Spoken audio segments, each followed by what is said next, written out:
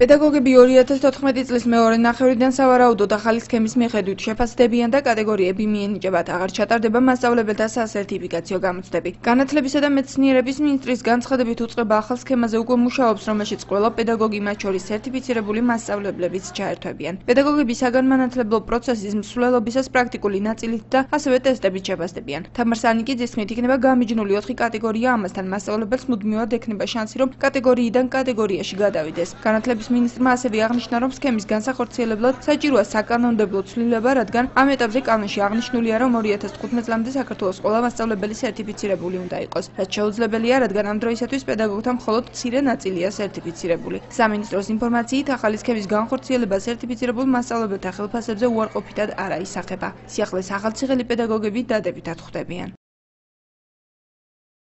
მე თავად გახლავართ სერტიფიცირებული პედაგოგი. ძალიან დიდი შრომა დაგჭირდა იმისათვის, რომ ეს გამოცდები ჩაგვეპარებინა. აქვს მას დადებითი მხარეც და უარყოფითი მხარეც აქვს, მაგრამ მე მომწონს ის, რომ აღარ იქნება ეს სასერტიფიკაციო გამოცდები და ის პროექტი, რომელიც პროექტიც ახლა განათლების სამინისტროში მუშავდება, მე ვფიქრობ, რომ გამოიღებს შედეგს, იმიტომ რომ თვითონ ადგილზე ვერ შემოწმდება მასწავლებლის შეფასება მოხდება მისი მოღვაწეობის, მისი ღვაწლის მიხედვით.